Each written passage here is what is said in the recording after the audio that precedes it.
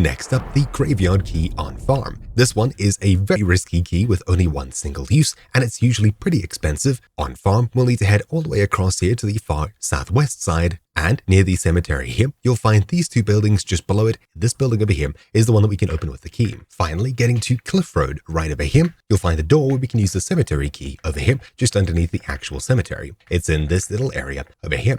Opening up this door, you may expect to reach the safe in the corner through the window, but unfortunately that doesn't work. Unlocking the single-use door, we can get inside, and inside we'll find hopefully enough money to pay it off. In my case, I don't think I did. Yeah, definitely not 90k. Then we'll also find a jacket on the wall, and that is quite literally it. Is it worth 90k? Probably not. Is it worthwhile your effort? Probably not. Oh, and also there's a duffel bag here, but well, that's that. So, hopefully you found this video useful. Thank you for watching. My name's been Troubleshoot, and I'll see you all next time. Ciao.